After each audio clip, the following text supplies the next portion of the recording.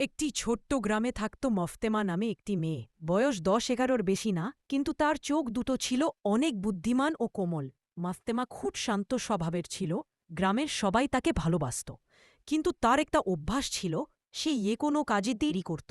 স্কুলে দেরি, নামাজে দেরি, হোমওয়ার্কে দেরি, সব কিছুতেই দেরি।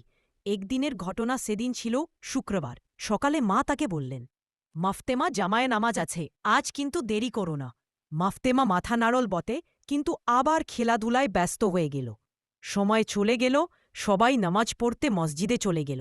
মাফতেমা তখন বুঝতে পারল সে একা রয়ে গেছে, আর নামাজটাই মিস হয়ে গেল। তার মনটা খারাপ হয়ে গেল। সে ভাবল, অন্য সবাই আল্লাহর ঘরে গেল, আমি শুধু দেরির কারণে পারলাম না। মন পরিবর্তনের মুহূর্ত, দুপুরে দাদি তাকে ডাকলেন। দাদি বললেন, মাফতেমা, মানুষের জীবনে সবচেয়ে বড় শত্রু হল দেরি করা।